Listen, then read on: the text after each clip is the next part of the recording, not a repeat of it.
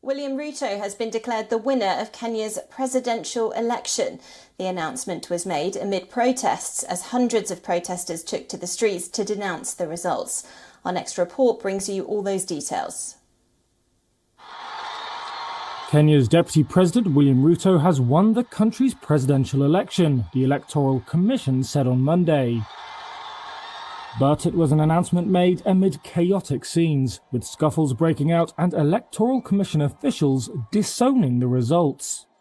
Juliana Cherera, the Electoral Commission's deputy chairperson, told a media briefing that she and 3 other commissioners were not able to take ownership of the results.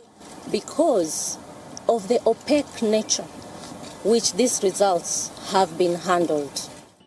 Minutes later at the announcement hall, the head of the Electoral Commission, Wafula Chebukati, took to the stage to announce the result. Diplomats and international observers had been hurried out moments before. Fights had also broken out as supporters of Ruto's main opponent, Raila Odinga, rushed the stage. Chebukati said Ruto had passed the 50% threshold needed to win the presidency. 7,176,141. Odinga did not attend the announcement. Ruto hailed the Electoral Commission as heroes and said there is no looking back, we are looking to the future.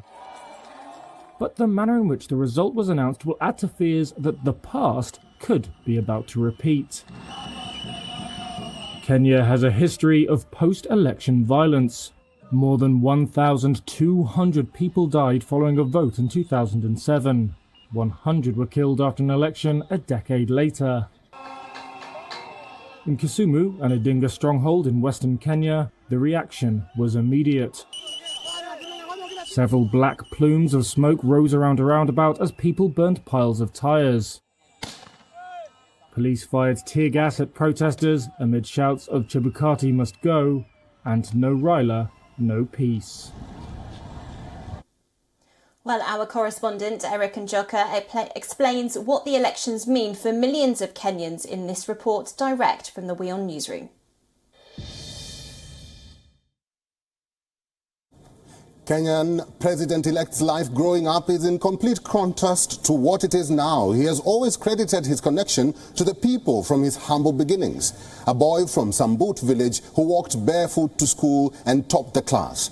But who is William Samoei Ruto? Let's find out. Ruto was born in Kenya's western region in an industrial town called Eldoret. In the late 1980s, Ruto left to study botany and zoology at the University of Nairobi. Friends said they began noticing his focus on politics. In 1997, he challenged Reuben Chesire for the parliamentary seat of the Eldoret North constituency, and he won. He then shot to prominence as a youth organizer for former President Daniel Arap Moi and eventually becoming one of Kenya's youngest lawmakers and ministers. He has served as Minister for Home Affairs, Agriculture and Higher Education. He had supported Odinga during hotly disputed elections in 2007, when 1,200 people were killed in the post-election violence that rocked the country then. Both he and Kenyatta faced charges at the International Criminal Court over the violence. That case later collapsed. Ruto then switched sides and became Kenyatta's deputy president in 2013. But in the long run, the bromance fell out after the 2017 election, when Kenyatta reconciled with Odinga and distanced himself from Ruto. Following yesterday's declaration of Ruto as president-elect, experts predict that Raila Odinga may challenge the results by the Independent Electoral and Boundaries Commission (IEBC). So if he does, this is what will happen.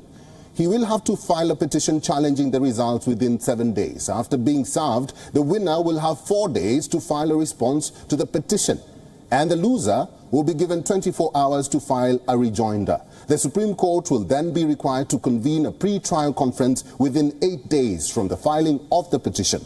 The judges will then be required to hear the election dispute petition immediately after the pre-trial conference and proceed to deliver a judgment within 14 days of the filing of the petition.